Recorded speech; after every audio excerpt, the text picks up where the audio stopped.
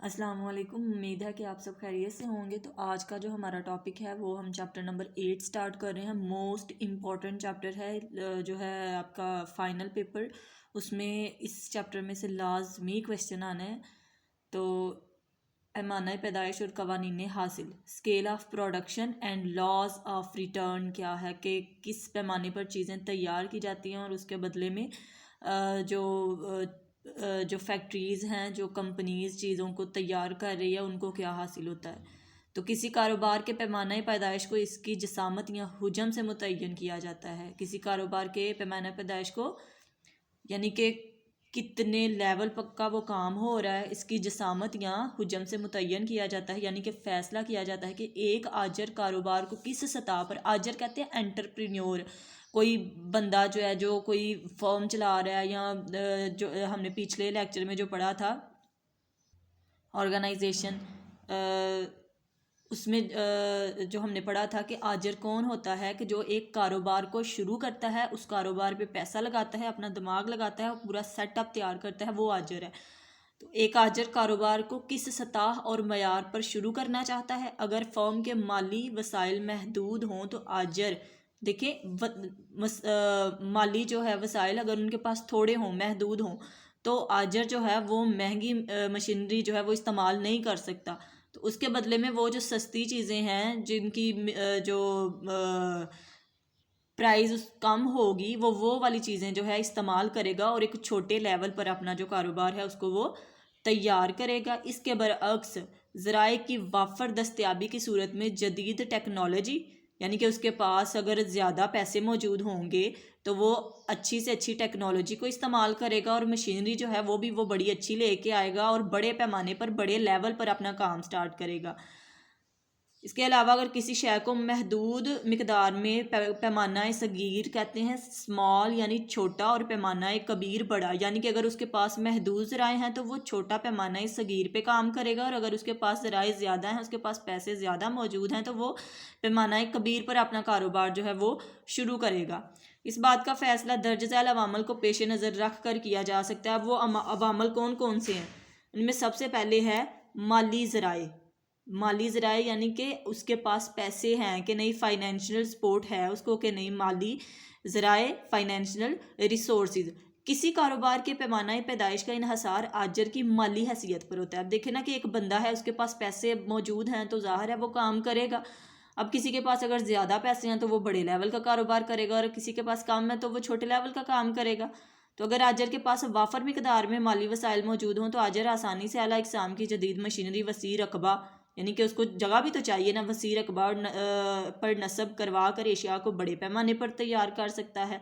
उसके लिए तहकीक व तजर्बात जो हैं, यानी कि चीज़ कौन सी चीज़ उसको सोसाइटी में चाहिए, उसको कैसे उसने तैयार करना है, उस पर उसने एक्सपेरिमेंट जो करने हैं, वो सारा कुछ जो है वो उसके ऊपर पैसे जो है वो खर्च कर सकता है। एशिया की बड़े पैमाने पर तरसील को मुमकिन बनाने के लिए नशर व इशाअत यानी कि पब्लिसिटी भी करेगा, और नकलो हमल जो है यानी कि एक जगह से दूसरी जगह चीज़ें ले जाने के लिए मुहैया करके अपने कारोबारी मकासद जो है वो हासिल कर सकता है। इसके बरक्स अगर आजर के पास महदूद ज़राए हैं तो वो उसको छोटे पैमाने पर ही तैयार करेगा अपना माल, जो भी वो काम शुरू करेगा, क्योंकि कम माली वसाइल के बायस आजर के लिए पैदावारी अमल में जदीद और आला मशीनरी का इस्तेमाल करना तो नामुमकिन हो जाता है। इसलिए वाहद आजर अपने महदूद ज़राए के पेश नज़र ही अपना कारोबार जो है वो उसको छोटे स्केल पर जो है वो शुरू कर देता है, और अगर किसी के पास ज़्यादा पैसे हैं तो वो बड़े पैमाने पर काम शुरू कर देता है। तो ये पहला पॉइंट हो गया कि माली ज़राए। फिर उसके बाद है तरीके पैदाइश। देखिए नाम ही है तरीका, कि कौन कौन से तरीके, कौन कौन सी टेक्निक्स यूज़ कर रहे हैं जिससे वो जो है अपनी प्रोडक्शन चीज़ों की प्रोडक्शन दे रहे हैं। तकनीकी इम्कानात और जदीद तरीका पैदाइश किसी कारोबार के पैमाना पैदाइश को मुतय्यन करने में ये भी बड़ा एक अहम तरीका पैदाइश जो है वो भी बड़ा अहम किरदार अदा करता है। अगर पैदावारी अमल के दौरान अगर पुराने तरीके जो हैं वो इस्तेमाल किए जाएँ तो उनको जो बाद में चीज़ें मिलेंगी वो भी कम मिलेंगी, लेकिन अगर वो मशीनरी वगैरह लेके आ जाएँ या नए नए जो है वो टेक्निक्स लेके आ जाएँ और उससे वो चीज़ों को तैयार करे तो उसको ज़्यादा चीज़ें मिलेंगी। जैसा कि सन्नती इनकलाब से पहले इमारतों की तामीर के लिए सीमेंट मजदूर जो है वो अपने हाथों से तैयार करते थे, लेकिन अब जो है वो क्या करते हैं, वो मशीनों के ज़रिए जो है सीमेंट तैयार कर लेते हैं और जल्दी जल्दी उनका काम जो है वो कंप्लीट हो जाता है। इससे उनकी जो कॉस्ट आ रही होती है, जो वो पैसे लगा रहे होते हैं अपने काम पे, वो भी उनके कम हो जाते हैं और काम भी उनका अच्छा हो जाता है। उसके बाद है मंडी की वुसअत। मंडी जो है, मंडी यानी मार्केट, वो कितनी है, मंडी कितनी बड़ी है। अगर तो मार्केट बड़ी है तो लोग बड़े पैमाने पर चीज़ें लेके जाएंगे, लेकिन अगर मार्केट छोटी है तो लोग छोटे पैमाने पर ही चीज़ों को तैयार करेंगे। पैमाना पैदाइश का इन्हिसार मंडी की वुसअत और उसके फैलाव पर भी है। अगर मंडी का फैलाव वसी और बैनुल अक़वामी नौइयत का हो तो बड़े पैमाने पर चीज़ें तैयार की जाएंगी, लेकिन अगर उसके बरक्स छोटे लेवल पर हो तो छोटे लेवल पर ही चीज़ें तैयार की जाएंगी। मिसाल के तौर पर मुकामी सतह पर इस्तेमाल में आने वाली एशिया मसलन आइसक्रीम, बर्फ़ वगैरह छोटे पैमाने पर तैयार की जाती हैं, जबकि कारें, कंप्यूटर वगैरह जो है वो बैनुल अक़वामी मांग की वजह से बड़े पैमाने पर तैयार की जाती हैं।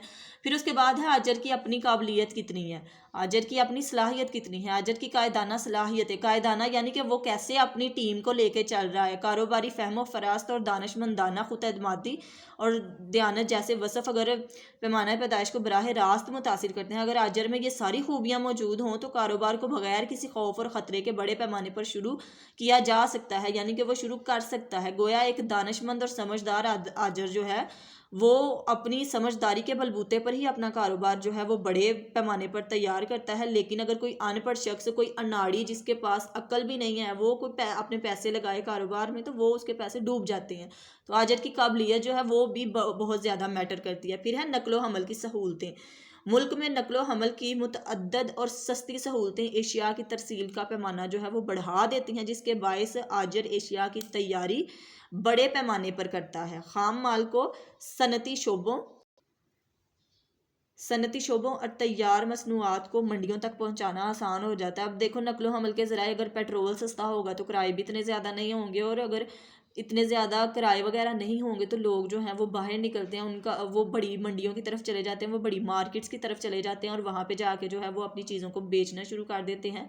तो इससे एशिया की मंडी जो है वो वसी हो जाती है और आजर को एशिया वसी पैमाने पर तैयार करने की तरगीब भी मिलती है। इसके बरक्स अगर नकलो हमल के अखराजात ही बहुत ज़्यादा महंगे हों तो हम लोग जो है वो यही सोच लेते हैं कि इतना खर्चा इस पे आ रहा है, हमें पता नहीं प्रॉफिट होगा कि नहीं, लॉस ही ना हो जाए। लोग इस डर से जो है वो इस लेवल पे काम जो है वो बड़े लेवल पे स्टार्ट ही नहीं करते और कारोबार जो है वो छोटे लेवल पर ही होता है। तो ये इसके कुछ पॉइंट्स थे जिनको देखा जाए तो यही तयन करते हैं कि जो चीज़ों की प्रोडक्शन है वो बड़े लेवल पर करनी है या छोटे लेवल पर करनी है। तो आज का हमारा टॉपिक बस इतना ही था। उम्मीद है कि आपको समझ आई होगी। अगर कोई टॉपिक है ऐसा कि जिसकी आपको समझ नहीं आई या कोई किसी किस्म का भी है तो आपने कमेंट में मुझे लाजमी बता देना। मेरी वीडियो को लाइक कर दें और मेरे चैनल को सब्सक्राइब कर दें।